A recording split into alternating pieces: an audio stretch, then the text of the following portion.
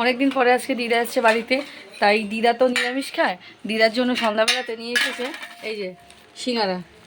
তবে শুধু দিদার জন্য না, আমাদের সকলের জন্য এনেছে। চলো দিয়ে দিই। তোজো এখানে রেডি হয়ে গেছে বসে সিঙ্গারা খাওয়ার জন্য। বাবু কি খাবে? সমোসা। চলো ওকে দিয়ে দিই, এরপরে দিদাকে দেবো আর আমরা সকলেই খাবো। কিন্তু সমোসা থেকে বেশি ফেভারিট হলো এই যে এই চাটনিটি সমোসার, এটাও খুব পছন্দ করে এটা খেতে। চলো ওকে দিয়ে দিই, কথা হচ্ছে তোমাদের সাথে। দাও, রাখো রাখো।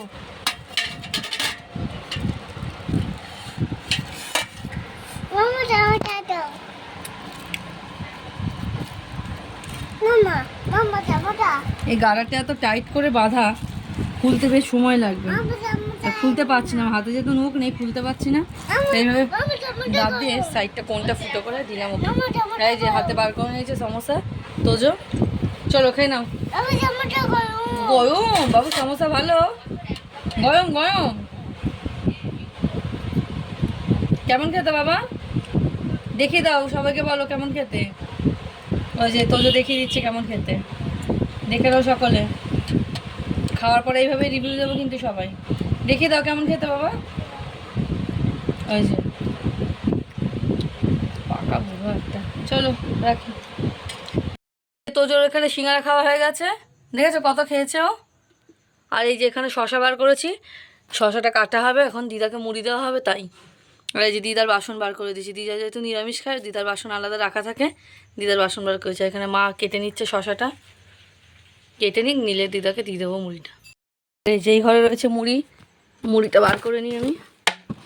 তোমাদের আমাদের মানে বাড়ির মতন খাটের নিচে কি কি আর রাখা থাকে বলো?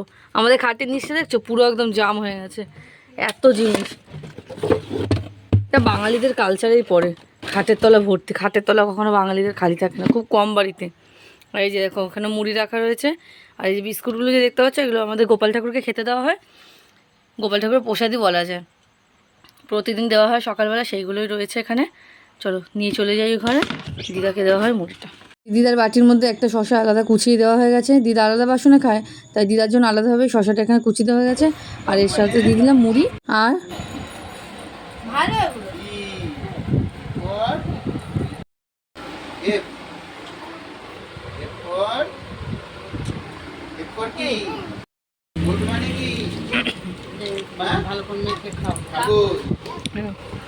আমাকে খাওয়া ভালো করে আজকে মেয়েটা।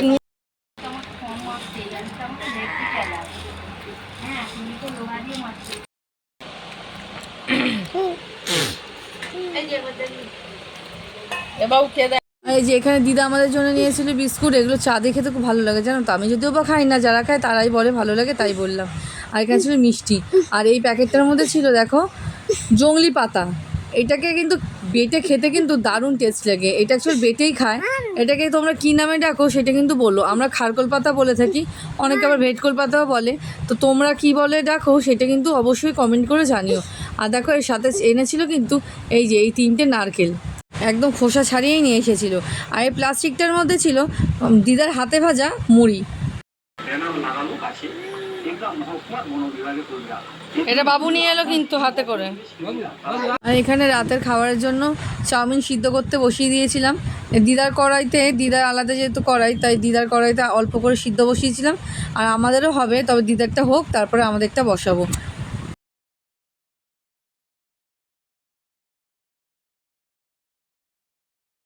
মা এখানে সবজি কাটছিল, আর এদিকে তোজোকে দেখো বসে বসে কি করছিল দেখো।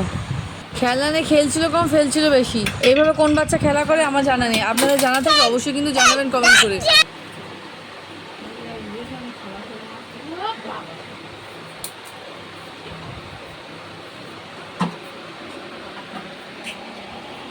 দিদা রান্না হয়ে গেছে, আমাদের চাউমিনটাও সিদ্ধ করে এরপরে বসিয়ে দিয়েছি কড়াই চাউমিনটা করার জন্য।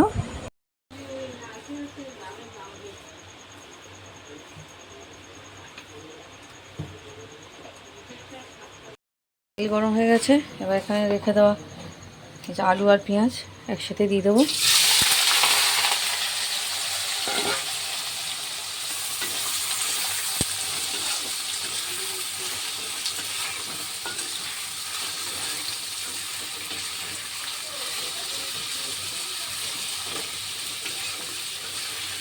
অনেক দিন পরে কিন্তু এইরকম আলু পেঁয়াজ দিয়ে চাউমিন করলাম আজকে। এমনি সময় কিন্তু সব রকম সবজি থাকে যে ঘরে, সেই সবজি দিয়েই করা হয়। অনেক দিন পরে এইভাবে করলাম, সেই স্কুলে যেরকম টিফিন নিয়ে যেতাম ছেলেবেলায় সেরকম লাগছে অনেকটা আজকের খেতে। আর এই যে দিদাকে দিয়ে দিয়েছি, দিদা খেতে আরম্ভ করে দিচ্ছে। আর এই কড়াই ছিল আমাদেরটা, এই যে গরম গরম সার্ভ করে দিলাম থালার মধ্যে বাবাকে। আমার বড় কিন্তু ভীষণ ভালোবাসতো চাউমিন খেতে, জানো তো। যখন কাজ থেকে আসতো বেশিরভাগ সময় চাউমিন করে রেখে দিতাম, যাতে কাজ থেকে এসে সন্ধ্যার টিফিনটা খুশি মনে পেট ভরে খেতে পারে। খুব খারাপ লাগে যখন এইসব ভালো মন্দ খাবারগুলো খাই, তো প্রচণ্ড ওর কথা মনে পড়ে। কিন্তু কি আর করবো বলো, পেট তো আর পরিস্থিতি ভালো মন্দ যেমনই হোক না কেন, ওর সময় কিন্তু ঠিক আওয়াজ দেবে। যে বাবাকে দিয়ে দিলাম, এরপর আমিও অল্প করে নিয়ে নিয়েছি বাটির মধ্যে। এটাই কিন্তু ছিল আমাদের রাতের খাবার প্রত্যেকেরই। আপনারা কারা কারা চাইনিজ খাবার খেতে ভালোবাসেন অবশ্যই কিন্তু আমাকে কমেন্ট করে জানাবেন। আর ভিডিওটি ভালো লাগলে like, comment, share and subscribe করে আমাদের পাশে থাকবেন। ধন্যবাদ সবাইকে। সবাই ভালো থাকবেন এবং সবাইকে ভালো রাখবেন।